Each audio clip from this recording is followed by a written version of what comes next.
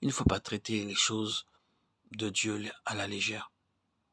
Pour toute chose, nous devons aller à lui et le consulter, que ce soit pour la vie individuelle, pour la vie de famille, la vie de l'Église, que ce soit pour un petit ou pour un grand ministère. Nous devons aller à lui. Alors seulement nous pourrons sentir la nouvelle vie couler en nous, dans notre famille et dans l'assemblée. Lazare assis à table est le type de la puissance de résurrection valable pour nous. En effet, si nous sommes devenus une même plante avec lui par la conformité à sa mort, nous le serons aussi par la conformité à sa résurrection. Romains 6, 5. La mort et la puissance de résurrection vont ensemble. Souvenez-vous-en, lorsque nous sommes nés de nouveau, nous sommes entrés au greffé dans la mort et la résurrection du Seigneur Jésus-Christ. Le mot « hanté » signifie greffé. Vous avez pu voir de jeunes arbres greffés, comme des vignes, des pruniers, des pommiers et des manguiers. Ces arbres, qui autrefois donnaient des fruits amers, produisent de bons fruits doux et gros. L'homme prend un sillon d'un bon arbre et le greffe sur le jeune arbre. Il fait une entaille, lie le sillon, y met de l'engrais et l'enveloppe avec du tissu.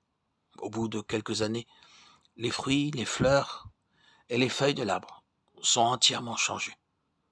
Chacun peut voir que l'arbre qui produisait des fruits amers produit maintenant des fruits doux, et que s'ils étaient petits, maintenant ils sont gros.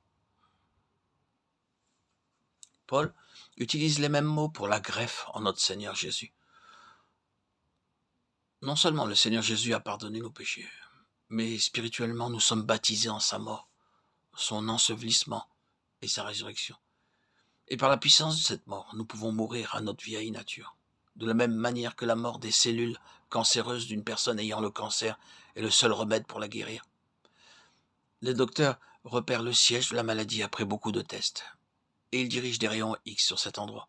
Parfois le procédé est très pénible, mais la maladie doit mourir progressivement par l'effet des rayons. Il n'y a pas d'autre remède.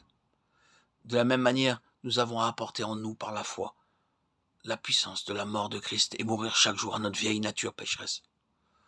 Beaucoup de gens croient à la mort du Seigneur Jésus, mais ne meurent pas à leur vieille nature, parce qu'ils omettent de s'approprier la puissance de résurrection pour se renouveler.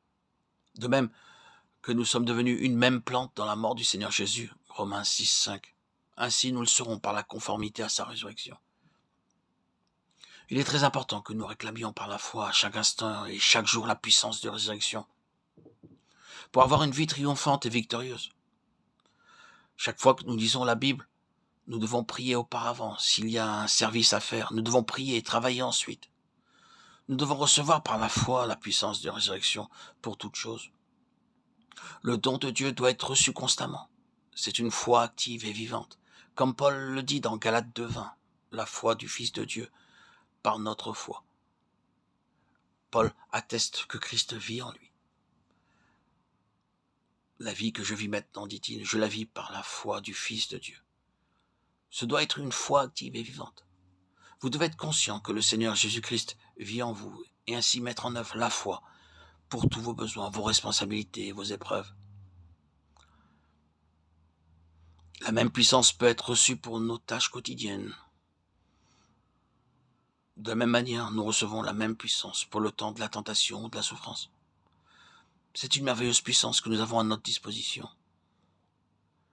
Pour toutes nos responsabilités, nos besoins, nos épreuves, nous recevons en nous, par la foi, premièrement la puissance pour mourir à nous-mêmes, deuxièmement la puissance de la résurrection. Les deux vont de pair.